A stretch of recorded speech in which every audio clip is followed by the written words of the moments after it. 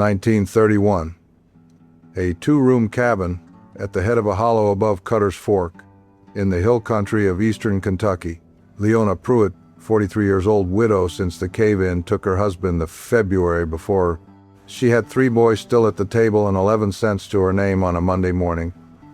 The cast iron skillet on the wood stove was black as a chimney pipe, seasoned with 20 years of grease and patience. There was cornmeal on the shelf, a half jar of lard, a twist of salt, and whatever the ridge gave her if she walked far enough before the boys woke up. She walked. She always walked. And when she came back and set that skillet on the fire, she never once called it poverty. She called it breakfast. Now pull that picture forward to today. If you are living alone tonight, friend, and the grocery bill has gotten ugly and you are sitting there wondering how a person is supposed to eat like a human being on a fixed income, I need you to hear what she did, because she already answered the question you are asking. The mountain people of the Appalachian frontier did not eat rough because they had no other choice in their heads. They ate the way they did because they had figured something out, generation by generation, that most of us have been trained to forget. And what they figured out cost almost nothing. But here's the twist.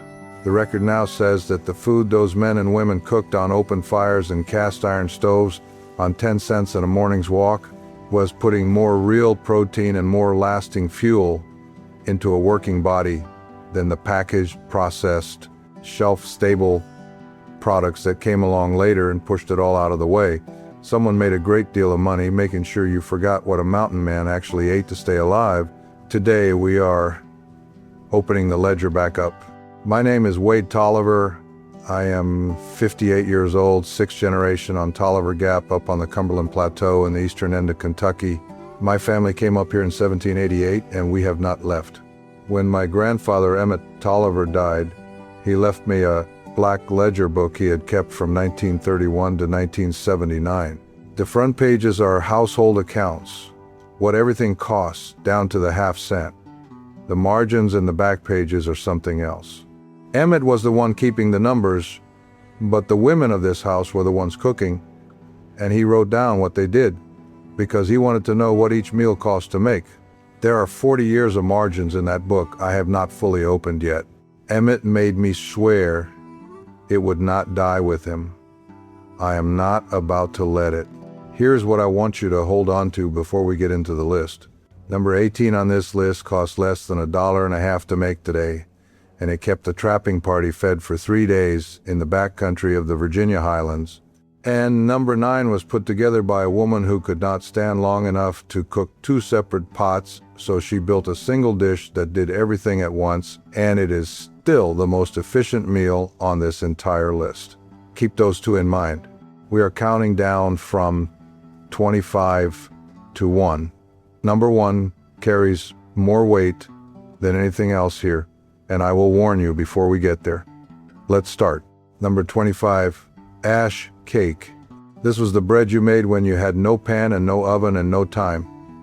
A cup of cornmeal, a pinch of salt, enough water to hold it together. You shaped it with your hands into a flat round, wrapped it in dampened corn husks or green leaves if you had them, and you buried it in the coals at the edge of the fire, not in the flame. At the edge, in the gray ash, for about 20 minutes aside. It came out with a hard shell and a soft center that tasted of smoke and corn and nothing else, and that nothing else was enough. Frontier militia carried meal and salt and made this at every camp from the 1770s through the early 1800s. A pound of cornmeal cost about 2 cents in 1850. Today, a pound of stone-ground cornmeal runs about $1.20. The fall-wrapped cornbread mix that replaced it on the shelf costs 3 times that and has 11 ingredients you cannot pronounce. Ash cake disappeared when the kitchen stove made open-fire cooking look primitive. Somebody sold you the stove. Number 24, dried bean porridge. A cup of dried beans, whatever kind the farm grew, pinto or navy or October beans, soaked the night before and simmered in a quart of water with a ham hock or a strip of fatback if you had it, salt and nothing else. You cooked it low and long until the beans broke down and the liquid thickened to something between a soup and a paste. Then you ate it with ash cake or cold cornbread, and you did not need anything else until nightfall. A pound of dried pinto beans cost 3 cents in 1920. Today they run about $1.50. The canned bean soup that pushed them off the frontier table started its serious marketing push in the 1950s. The can costs more, and the beans are softer than they should be.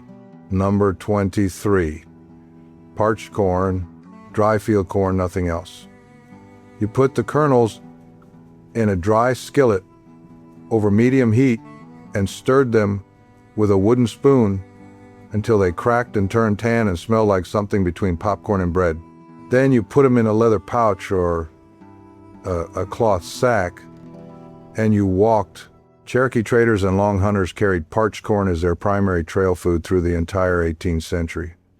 A pound of dry field corn cost about a cent in the 1800s. Today, a pound of dried whole corn runs under $2. The trail mix that replaced it costs $12. Your task this week, neighbor: parch a cup of dry corn in your skillet tonight and taste what kept a man moving for 10 miles before noon. Number 22. Sow belly and ramps. Sow belly is salt-cured pork belly, the fattiest cut, packed in salt brine and kept in a crock through the winter. You sliced it thin and rendered it in the skillet until the fat ran clear. Then you threw in a handful of ramps, which are wild leeks that come up on the north-facing slopes every April across the southern mountains. 3 minutes of heat, salt, and that was your morning. The smell of ramps cooking in pork fat would carry a quarter mile on a cold morning. Salt pork ran about 4 cents a pound in 1910. Today, a pound of salt pork is around $3. Ramps, if you can still find them at a farmer's market, run $4 to $6 a bunch. They grow free on every north slope in the Appalachians from Georgia to Pennsylvania, but the foraging has to be done carefully. Learn what you're looking at before you pull anything from the ground, and never take more than 1 leaf per plant so the patch comes back.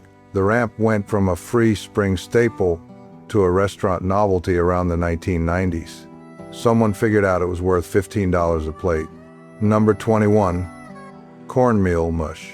1 cup of cornmeal stirred slowly into 3 cups of boiling salted water, then cooked low and slow for 20 minutes until it pulled away from the sides of the pot. You ate it hot with a spoonful of lard or a pour of sorghum. What you did not eat, you poured into a pan and let it set overnight. In the morning, you sliced it cold and fried those slices in the skillet until they were crisp on the outside and soft inside, and that was a second meal out of the same pot of cornmeal. 2 meals for about 6 cents in 1935. Today, the same cornmeal costs about 80 cents. The instant grits and packaged polenta that replaced it on the shelf run $3 to $4, and they do not hold together the same way when you fry them cold. Cornmeal mush did not disappear because something better came along. It disappeared because it took 20 minutes of stirring and patience was declared inconvenient. Number 20. Bear grease biscuits. Before lard tins came down from the supply wagon, and before Crisco arrived in 1911, the fat you baked with was rendered bear fat. You skimmed it from the kettle after a bear was processed, strained it through cloth, and stored it in a crock. It was whiter than lard and had almost no flavor, which made it the best baking fat on the frontier. 2 cups of flour, a tablespoon of bear grease, a pinch of salt, enough buttermilk or water to bring it together. Rolled out, cut into rounds, baked in a Dutch oven over coals. The biscuit came out high and flaky in a way that shortening never quite matched. Crisco arrived and was marketed heavily as the clean, modern, scientific fat. Bear grease went from a pantry staple to something you had to know a hunter to get. The Crisco campaign cost real money. Somebody spent it for a reason.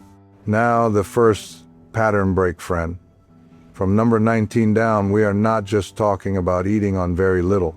We are talking about what went on the table when the trail was long, the supply line was gone, and a man or a woman had to build a meal out of the land itself with no store within 2 days' walk.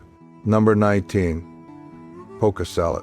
The young shoots of pokeweed, cut when they are no taller than 6 or 8 inches and still tender, before the leaves open fully, You boiled them in one pot of water, drained that water off completely, then boiled them again in fresh water and drained again. That double boil is not optional. Pokeweed carries compounds that cause serious illness if you eat it raw or only partially cooked. And the older the plant, the more of those compounds it holds. The roots and the berries are not food. Only the very young shoots, only double boiled, only when you know what you are picking. If you are not certain of your identification, do not pick it. Take a class, go with someone who knows the plant, or leave it alone. What comes out of that second drain tastes like a slightly bitter green, close to spinach. You dress it with a pour of hot grease from the skillet and a little vinegar. Appalachian families ate poke salad through the spring for as long as there were Appalachian families. It was free. It grew on every disturbed slope and field edge. By the 1960s, the frozen spinach bag had made it unnecessary, and the knowledge of how to prepare it safely started to fade. The frozen spinach cost $2. The poke cost nothing but the knowing. Number 18, leather breeches beans.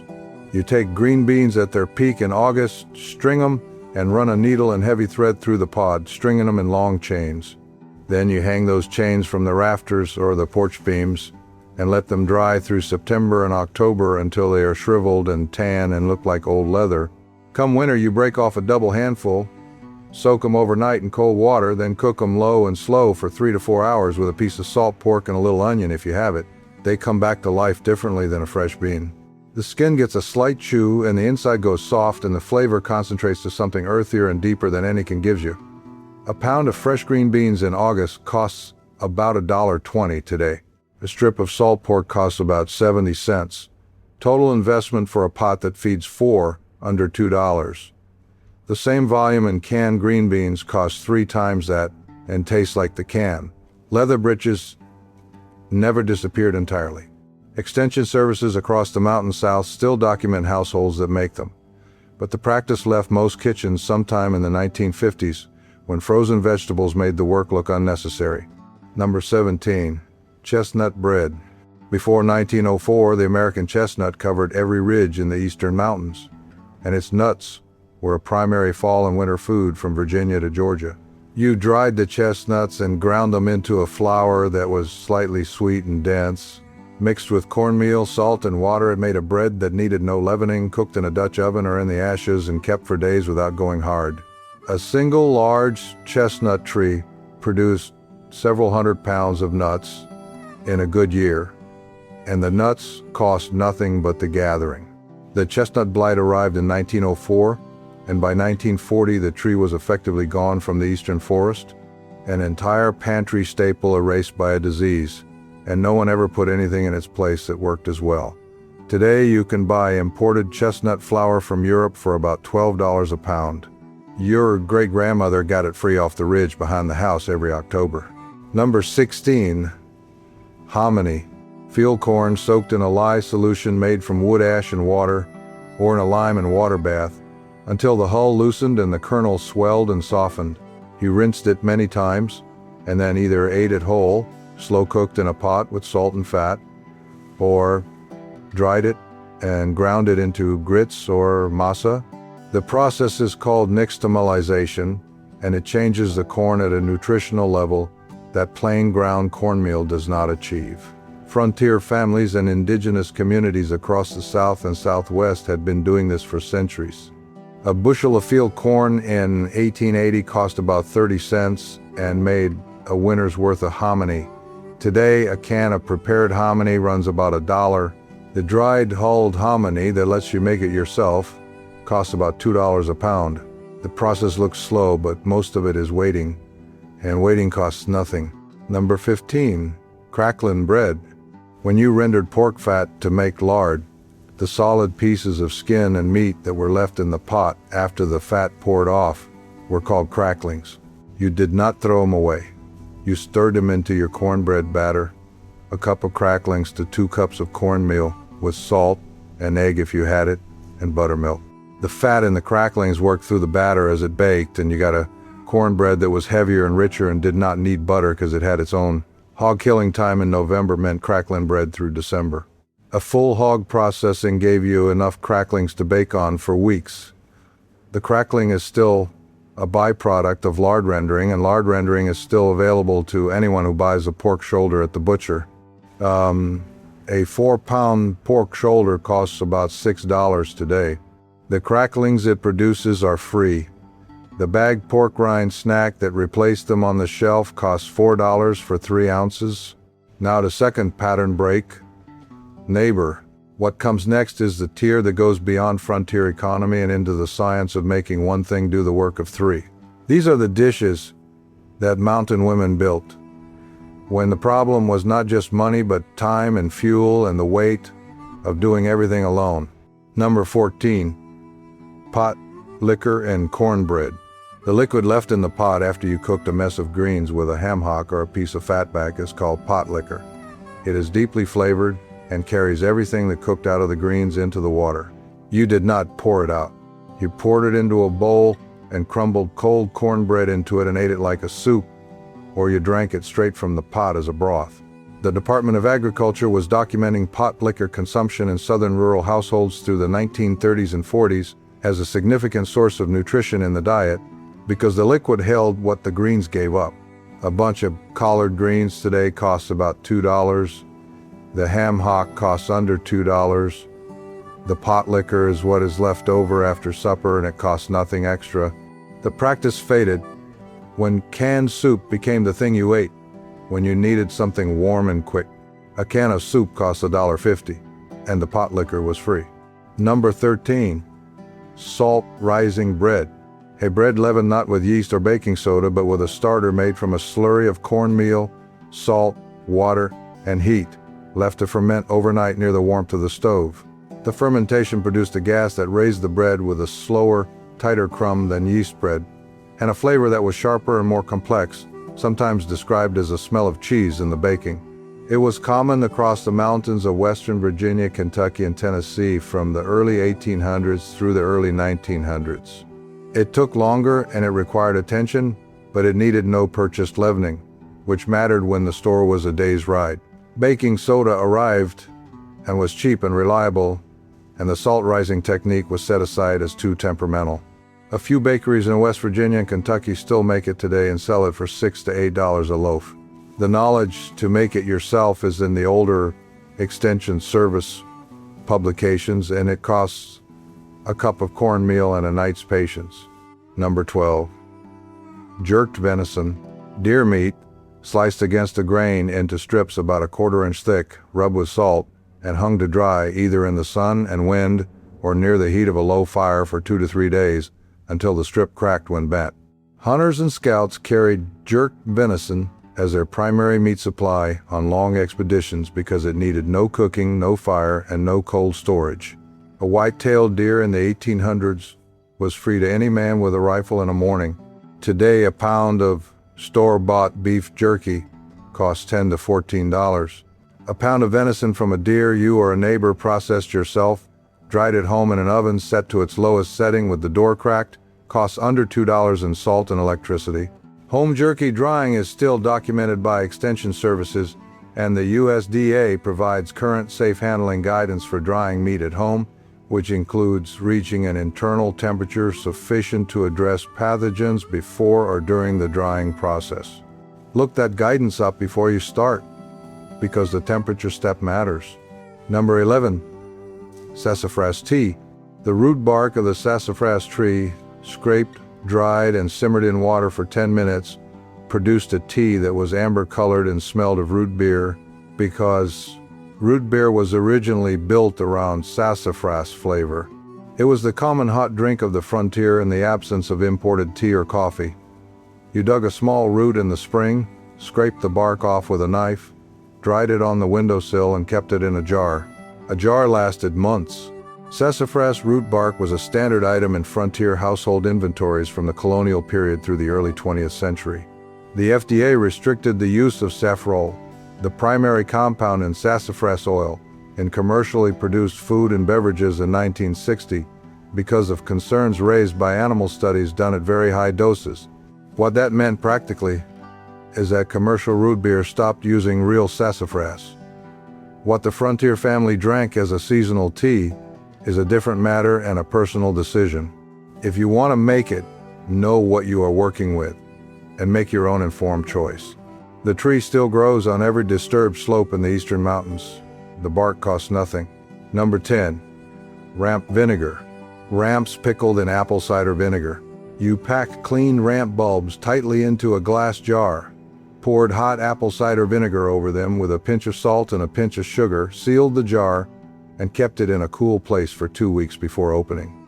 The result was a condiment that lasted through the summer, sharp and pungent and alive, and a tablespoon of that vinegar stirred into a cup of water was the thing people reached for when they wanted something to cut through a heavy meal or settle a long day of work.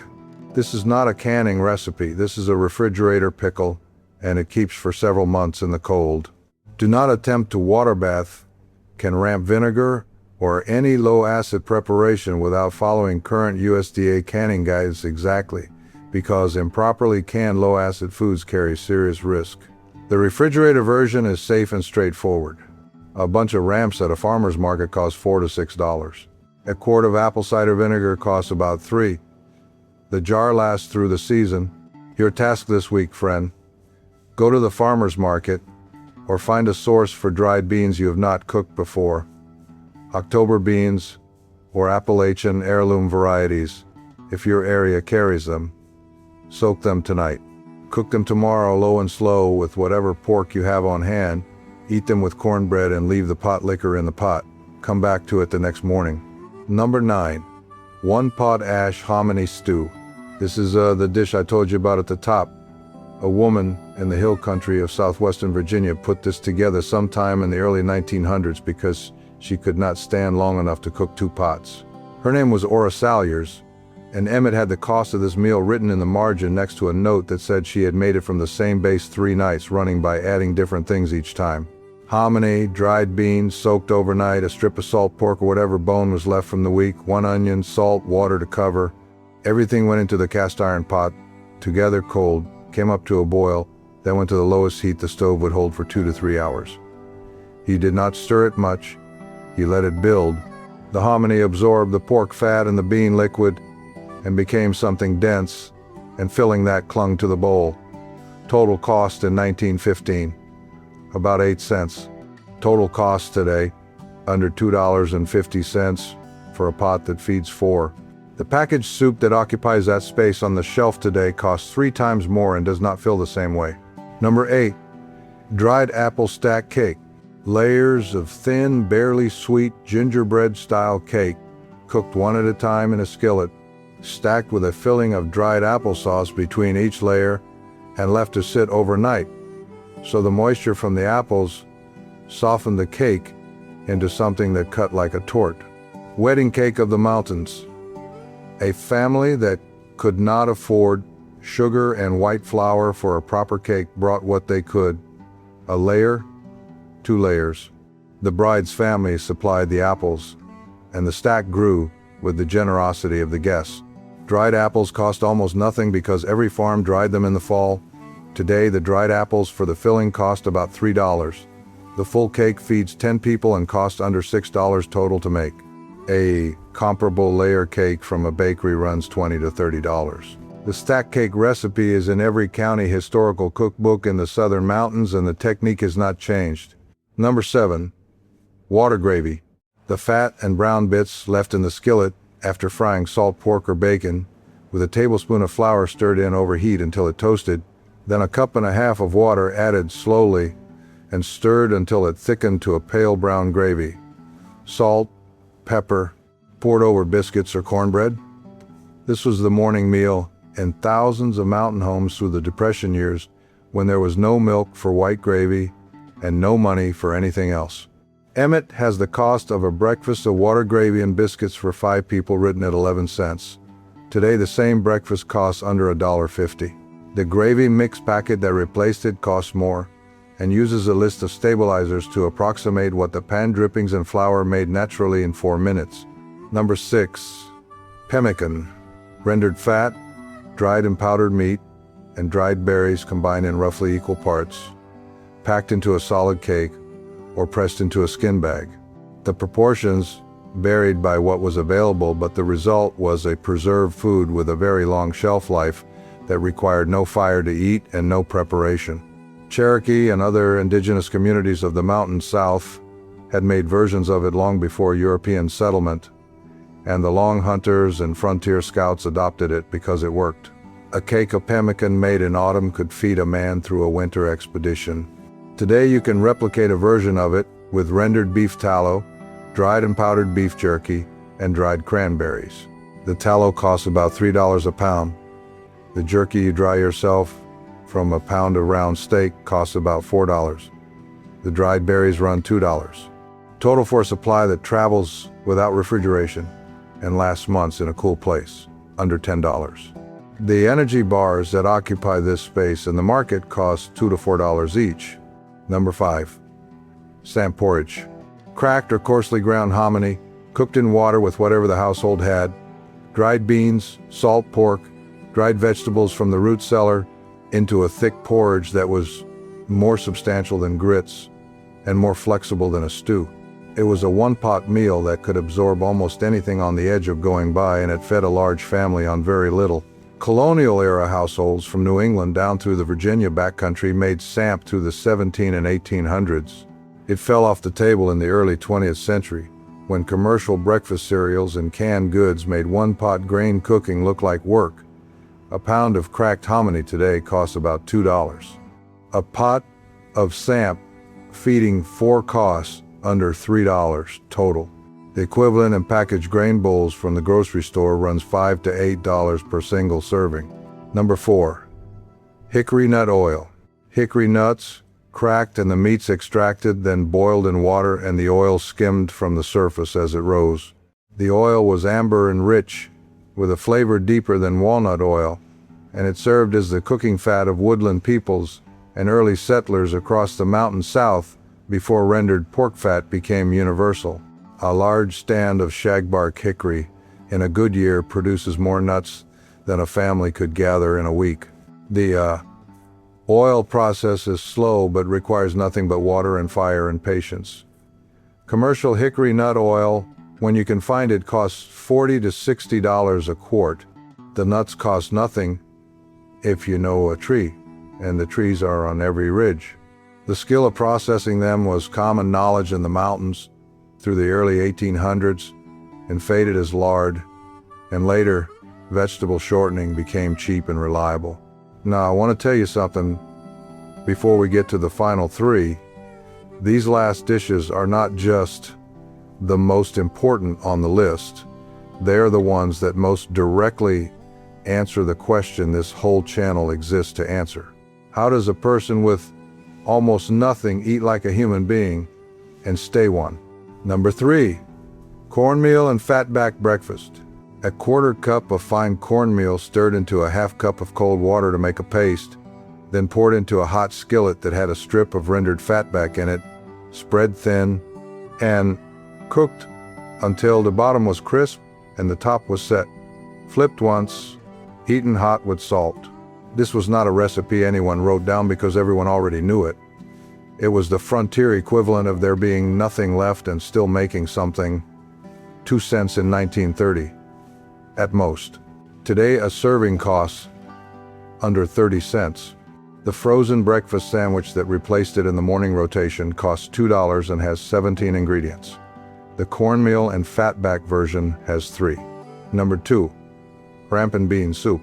Dried beans, soaked overnight, cooked in water with a bundle of ramp leaves and bulbs, salt, and a small piece of whatever cured pork was available for 3 to 4 hours over low heat until the beans were completely soft and the ramp had given everything it had to the broth.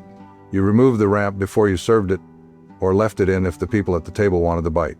The soup was filling in a way that nothing in a can approaches, because the beans were whole and the broth was built from scratch, and the ramp pushed through everything with a sharpness that told your body it was being fed something real. In the lean springs of the 1880s through the 1930s, this soup kept families in the mountains from going genuinely hungry during the weeks between the root cellar running out and the garden coming in. Total cost today, under $2 for a pot that feeds 4. There is no product on the shelf that does what this does. And now, number 1, I told you at the start that this one had the most at stake, and that it was the one least told in this corner of the internet. I meant both things. Number 1, rendered lard from scratch at home. Not the hydrogenated white brick in a cardboard box. Not the shelf-stable product that has been partially processed. The fat rendered at home from leaf lard or fatback, melted slowly in a heavy pot over low heat for an hour to 90 minutes, strained through a cloth into a clean jar, and stored cold. That is the foundation under every other dish on this list. The ash cake, the biscuits, the crackling bread, the water gravy, the cornmeal breakfast, they all run on this. The frontier kitchen did not function without rendered animal fat, and when Crisco arrived in 1911, backed by one of the largest advertising campaigns the food industry had run to that point, it was not just selling a product. It was dismantling the knowledge of a fat that cost almost nothing to produce and worked better than almost anything that replaced it for high-heat cooking. A pound of leaf lard from a local butcher today costs about $1.50. Rendering it yourself takes an hour of low heat and yields a clean, white fat in a jar that keeps for months in the refrigerator. A comparable quart of commercial cooking fat costs $3 to $5 and does not have the same smoke point for skillet work. The woman in that frontier kitchen did not use Crisco because they did not need it. Someone convinced your grandmother she did? Here's my challenge. This week, make one of these. Just one. The bean soup, the cornmeal mush, the leather britches if you have the time, the water gravy on a Tuesday morning. And when it is ready, sit down at the table, not the couch. Set a place, eat it slow. These meals were never about being cheap. They were about staying alive and staying a person when the world made it very easy to stop trying to do either. I made the water gravy on a Thursday morning last fall. Stood at the stove, stirring that flour into the pan drippings, watching it go from raw to tan, adding the water slow. And I looked at what came out of that skillet and thought about how many mornings a woman had done that same thing over a wood fire with 11 cents to her name and 4 children at the table and called it breakfast and meant it. Your grandmother cooked every one of these. Somebody just did not get the chance to hand them down to you. They are yours now. Tell me which one you are going to make first. I want to know whether the bean porridge pulls more than the stack cake and whether anybody out there still makes leather britches the old way. If your family kept any of these going, tell me where you are from. I read every one. The dish that gets the most comments this week is the one I walk through start to finish in the next video. Next time we pull out the 2-cent ingredient that fed an entire valley through the winter of '36 and the decade in which the supply companies made certain it disappeared from every shelf between here and the county seat. That one has a name and a price and a paper trail, and we are going to follow all 3. Keep what they knew.